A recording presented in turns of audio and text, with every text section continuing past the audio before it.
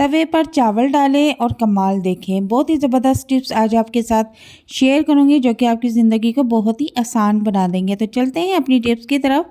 बिस्मिल्लाहिर्रहमानिर्रहीम। अस्सलाम वालेकुम। टिप नंबर 1 ये है कि अक्सर पत्ती के डब्बे जब खाली हो जाते हैं तो हम उनको उठा के बाहर फेंक देते हैं। तो आज ये वीडियो देखने के बाद आप पत्ती के डब्बे कभी भी बाहर नहीं फेंकेंगी, बल्कि उनको काम में लाएंगे। किस तरह काम में लाया जाता है मैं आपको बताती हूँ।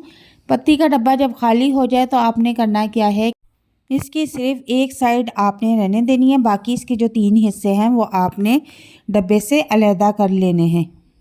इसी तरह ये खाली डब्बा मैक्रोनी का है तो इसको भी बाहर नहीं फेंकेंगे बल्कि काम में लाएंगे। इसके भी 3 हिस्से जो हैं वो अलहदा कर लेंगे और एक हिस्सा इसके साथ लगा रहने देंगे। अब मैं बताती क्या करना है। अब अक्सर घरों में हम 20-20 रुपए वाले पैकेट मंगा के रखते हैं, तो वो कभी आधे इस्तेमाल करते हैं तो आधे इसी तरह खुले इधर उधर गिरते रहते हैं। तो आपने इस तरह से वो पैकेट जो है इस डब्बे के बीच में रखने हैं और इस डब्बे के बीच में रखेंगी तो सेफ़ रहेंगे। और इसके बाद मैं आपको बताती हूँ कि इन डब्बों को कैसे कहाँ रखना है। तो इस तरह से इसका जो एक्स्ट्रा पार्ट है वो हटा देना है और यहाँ पर अब आपने एक ब्लैक कलर की टेप ले लेनी है।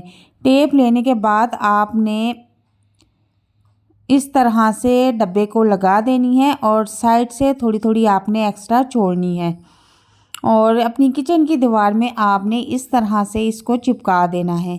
अब जितने भी गरम मसाले के पैकेट हैं वो आप इसमें रख सकती हैं और इसी तरह से पत्ती के डब्बे को भी आपने दीवार के साथ चिपका देना है।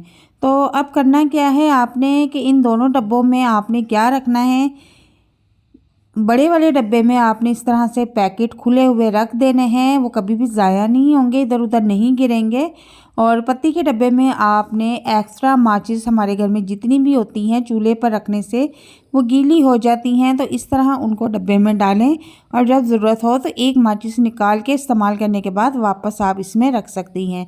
इसमें रखी हुई चीज़ें बिल्कुल सेफ़ रहेंगी और इधर उधर नहीं गिरेंगी। तो टिप नंबर 2 ये है कि यहाँ पर एक किसी बच्चे की टोपी ले लें और जो सर्दियों की कैप होती है और इसमें आपने तकरीबन 1 मुट्ठी चावल डाल देने हैं। चावल डालने के बाद आपने इसका एक छोटा सा तकिया बना लेना है। इस तरह से कैप को आपने फ़ोल्ड कर लेना है और फ़ोल्ड करने के बाद आप चाहें तो इसमें पिने लगा लें, आप चाहें तो इसको टांग के लगा लें, लेकिन मैं इसको इसी तरह यूज़ करूँगी। अब आपने इसको गरम तवे पर रखकर हल्का सा गरम कर लेना है। तवा ज़्यादा गरम नहीं होना चाहिए, नॉर्मल तवे पे हमने इसको हल्का सा सेकना है।